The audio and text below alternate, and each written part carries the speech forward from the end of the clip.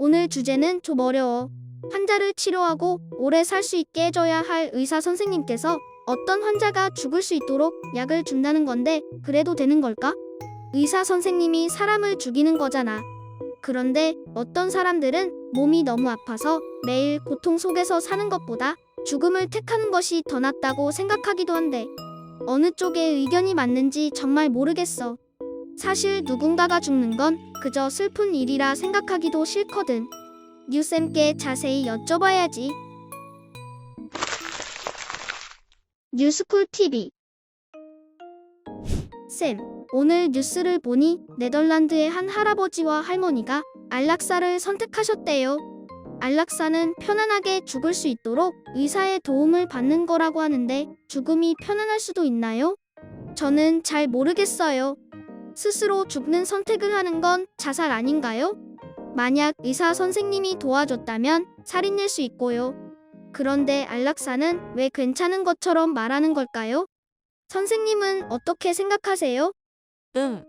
안락사는 어른들도 함부로 이야기하기 힘든 무척 어려운 주제야. 우선 안락사를 찬성하는지 반대하는지 말하기 전에 우리 존엄이라는 말에 대해서 이야기해보자. 존엄이요? 그게 뭐예요? 존엄은 어느 누구도 함부로 할 수 없는 것이야. 흥미로운 것은 안락사를 찬성하는 사람도 반대하는 사람도 바로 이 존엄을 근거로 주장을 펼친다는 점이야. 어떤 인간도 차별해서는 안 되고 함부로 대해서도 안 된다는 건 인간이 존엄하기 때문이지. 생명이 존엄하다는 건 생명을 누구도 함부로 다룰 수 없다는 이야기야. 자살, 살인, 나아가 안락사와 사형을 반대하는 사람들은 대부분 생명이 존엄하다는 점을 강조하고 있어. 그런데 선생님, 제가 취재하다 보니 우리나라에선 존엄사라는 걸 허락해주고 있다고 하던데요. 존엄사에서 존엄도 같은 의미 아니에요? 좋은 질문이야. 아까 선생님이 인간의 존엄을 설명했지? 네. 어떤 인간도 함부로 대하면 안 된다고 말씀하셨어요. 그래. 어떤 사람들은 우리 인간의 존엄을 지키기 위해선 자신의 삶을 스스로 결정할 수 있어야 한다고 주장해.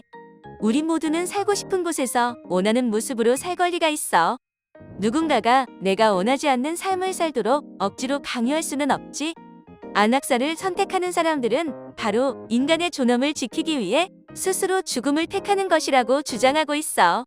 스스로 죽음을 선택하는 게 존엄을 지키기 위해서라는 건가요? 안락사는 스스로 목숨을 끊는 자살과 전혀 달라. 안락사를 허용하는 많은 나라들은 엄격한 조건을 충족할 때만 안락사를 허락해. 예를 들면 치료 방법이 전혀 없는 병에 걸려서 큰 고통을 받고 있을 때 안락사를 진행할 수 있어. 어떤 사람이 크게 다치거나 치명적인 병에 걸려서 자신의 몸을 스스로 움직일 수 없고 평생 누워만 있어야 하는 상황이 됐다고 생각해봐. 음식을 삼킬 수도 없고 대소변을 보는 일까지 모두 다른 사람이 도와줘야 한다면 하루하루가 몹시 힘들고 부끄럽기도 할 거야. 이런 상황이 됐을 때 존엄을 지키고 편안한 죽음을 선택하는 게 바로 안락사라고 주장하는 거야. 부끄러운 마음은 이해할 수 있을 것 같아요. 하지만 그렇다고 죽겠다는 생각을 한다면 가족들이 얼마나 슬플까요? 그래, 그것도 맞는 말이야. 하지만 몸의 주인인 환자가 스스로 그런 결정을 내렸다면 그 결정을 따라야 한다는 게 안락사를 찬성하는 사람들의 생각이야. 그리고 사랑하는 가족이 고통 속에서 계속 살아가는 모습을 보는 것도 가슴 아픈 일일 거야. 또 오랜 시간 병원에 입원해 있는 동안 필요한 비용도 만만치 않거든. 선생님 말대로라면 왜 아직도 많은 나라들이 안락사를 허락하지 않는 걸까요? 안락사를 허락하는 나라들이 많아지고 있는 건 사실이야. 우리나라에서도 많은 사람들이 안락사를 허락해달라고 요구하고 있어. 하지만 아직 걱정되는 부분이 많아서 섣불리 허락하지 못하는 거야. 걱정이요? 그래. 안락사 제도를 이용해서 범죄를 저지르는 사람이 있을 수도 있어. 사람을 죽인 후 안락사라고 주장할 수도 있지. 또 의사가 치료 가능성이 있는 사람을 불치병으로 잘못 판단해 그 환자가 안락사를 선택하는 일도 생길 수 있지. 그래서 오랜 시간에 걸쳐 많이 고민하고 꼼꼼한 법을 만들 필요가 있어. 네덜란드의 법처럼요? 네덜란드는 여러 가지 조건을 충족해야만 안락사를 허락한대요. 의사 2명이 허락해야 하고 치료 방법이 전혀 없어야 하고요. 의사 2명이 허락해야 하는 이유는 바로 의사가 잘못 판단할 수 있기 때문인 거죠? 그래, 맞아. 우리나라에서 의사가 직접 약물을 투여해 죽음을 앞당기는 적극적 안락사는 불법이야. 하지만 우리나라도 연명치료 중단은 허락하고 있어. 그건 또 뭐예요?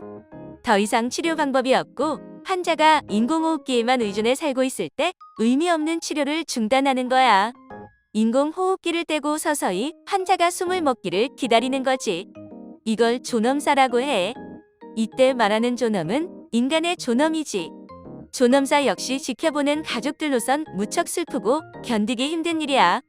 하지만 의미 없는 치료로 생명을 연장하는 게 환자와 환자의 가족들에게는 더 큰 고통이 될 수 있어서 많은 사람들이 이 방법을 선택하고 있다고 해. 그렇군요. 오늘 선생님과 이야기를 나누고 나니 고민이 많아졌어요. 이번 주말엔 부모님과 함께 안락사와 존엄사에 대해 대화를 나눠보고 싶어요. 뉴스쿨 홈페이지에 있는 이번 주 뉴스쿨도 꼭 읽어봐. 뉴스쿨 홈페이지에는 더 많은 이야기가 있어.